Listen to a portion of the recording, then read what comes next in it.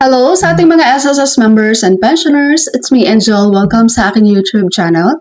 Sasagutin ko tong comment ni Ma'am Maria. Hi, Ma'am. Sabi niya, "Hello po, Ma'am. Sana mapansin po. Ask ko po, pwede po bang maging beneficiary ang pamangkin ko na nasa akin na po lumaki? Maraming salamat po sa sasagot." Pwede naman po. Pwede mong maging beneficiary yung pamangkin mo, pero malalagay mo lang siya sa iyong designated beneficiary.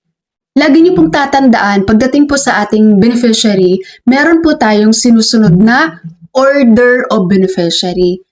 So, ito yung pagkakasunod-sunod, guys, at hindi mo yan pwedeng i-reshuffle.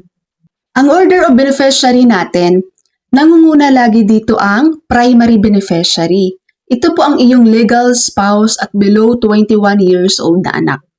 Hindi mo pwedeng gawing primary beneficiary yung pamangkin mo. No.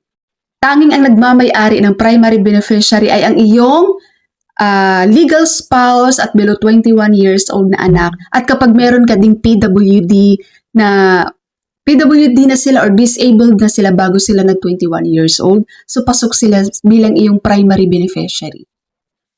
And then, ang susunod na beneficiary po natin kapag wala si primary, ito po si secondary beneficiary. Ito yung parents mo, member. So, hindi mo pwedeng gawing secondary beneficiary ang iyong pamangkin. No. Ang tanging nagmamay-ari ng secondary beneficiary ay ang parents ng member. At ang sunod naman sa order of beneficiary natin ay ang designated beneficiary. Ang designated beneficiary, ito yung nasa record mo sa SSS na hindi mo primary at hindi mo secondary. So, pamangkin mo, gusto mong gawing beneficiary, pwede po. Pasok siya, pwede mo siyang ilagay as designated beneficiary. Okay, ngayon pagdating po sa claim, hindi porket ang nilagay mo doon ay ang iyong pamangkin, no? Designated beneficiary. Hindi yun automatic na siya agad ang makakapag-claim. Dahil titingnan muna ngayon ni SSS, meron bang primary beneficiary? Wala ba? Meron bang secondary beneficiary? Tsaka po magpo-proceed ngayon sa designated. Hindi po makapag-claim si designated hanggat buhay si primary. Hindi makapag-claim si designated hanggat meron namang secondary. Nagagets po ba? So, susundin po talaga ang order of beneficiary. Hindi po pwedeng basta-basta lang ibigay sa kung sino yung sinulat mo doon na hindi primary, meron ka namang primary. So, hanapin pa rin ni SSS ang iyong primary beneficiary.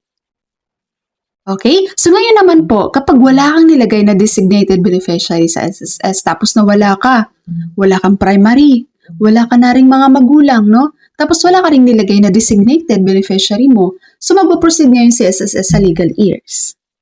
Okay? So dito sa legal heirs, it's a family tree. Titingnan ngayon ni SSS kung sino ba ang karapat-dapat na mag-claim ng SSS mo pag nawala ka. Legal heirs na kasi wala ka namang designated na nilagay. Kaya mas maganda pong maglagay kayo ng designated beneficiary nyo.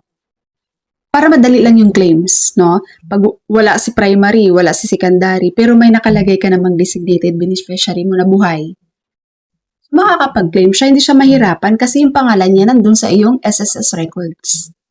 Ngayon pagsabihin mo, "Ma'am, ayokong maging beneficiary yung magulang ko kasi nga may sama ka ng loob sa magulang mo, no? Wala akong primary, buhay, pero meron akong secondary. Pero ayoko silang maging beneficiary ko sa SSS. Gusto ko pamangkin ko. Paano ba yun?"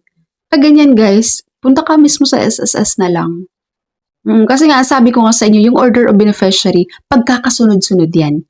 Hindi mo yan pwedeng i-reshuffle.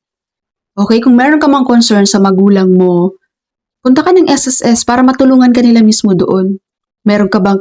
Kasi pag ganyan, kailangan may mga documents ka talagang i-present yan sa kanila guys. Para matanggal na beneficiary yun, yung pinapatanggal mo. Parang ano lang yan, parang asawa mo, diba, legal spouse, primary mo yan, naghiwalay kayo ng legal spouse mo, at ayaw mo na siyang maging beneficiary mo sa SSS. Hindi pwedeng puro verbal ka lang. Hindi pwedeng sabihin mo lang sa SSS, "Ma'am, hiwalay na kami ng asawa ko, ayaw ko siyang maging beneficiary. Tanggalin niyo na lang po yan siya dyan. Ayaw ko na siyang maging beneficiary." Hindi pwede yung ganun. Kailangan may mga supporting documents ka po. Dahil hanggat hindi kayo legally separated, sa batas, siya pa rin ang iyong legal spouse. So siya pa rin ang iyong primary beneficiary. Alright, as members, that's all for my video for today. Thank you so much for watching, everyone. God bless you.